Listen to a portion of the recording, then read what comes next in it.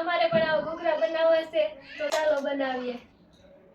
આપણે લોહીયામાં ઘી નાખી દીધું છે, નાખી દઈશું રવાને સારી રીતે શેકવાનો છે ઘીમાં।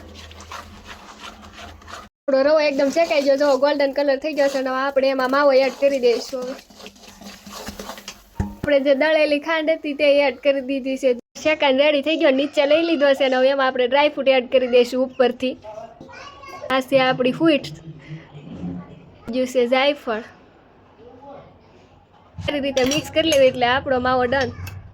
આપણો માવો બનીને રેડી થઈ ગયો છે, જો એકદમ બધું મિક્સ કરવા માટે આપણે લઈ લીધું છે, થોડોક તેલ નાખી દીધું છે અંદર ને મેંદાનો લોટ છે, આ સારી રીતે મોણ દઈ દેવાનું છે। આપણે પહેલાં તો મોરસ ગાળી નાખી છે, પાણી રેડી કરી નાખ્યું છે અને હવે આનાથી આપણે લોટ બાંધી લેવાનો છે।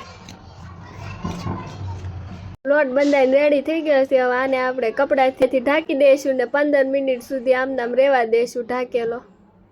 રેડી થઈ ગઈ છે ને આપણે ઘૂઘરા પાડવાનું બીબું લઈ લીધું છે, આપણે રોટલી આમ ઉપર પાથરી દેવાની છે અને 1 ચમચી માવો લઈ લેવાનો છે, ચારે બાજુથી સારી રીતે પેક કરીને રોટલી ઉપરથી આપણે કાપી લેવાની છે એક્સ્ટ્રા। આ આપણું ઘૂઘરું બનીને રેડી થઈ ગયું છે, આટલા બધા ઘઉં આપણે પાડી લીધા છે, તેલમાં તળી લેવાના છે। જો ઘૂઘરા તળાઈને રેડી થઈ ગયા છે,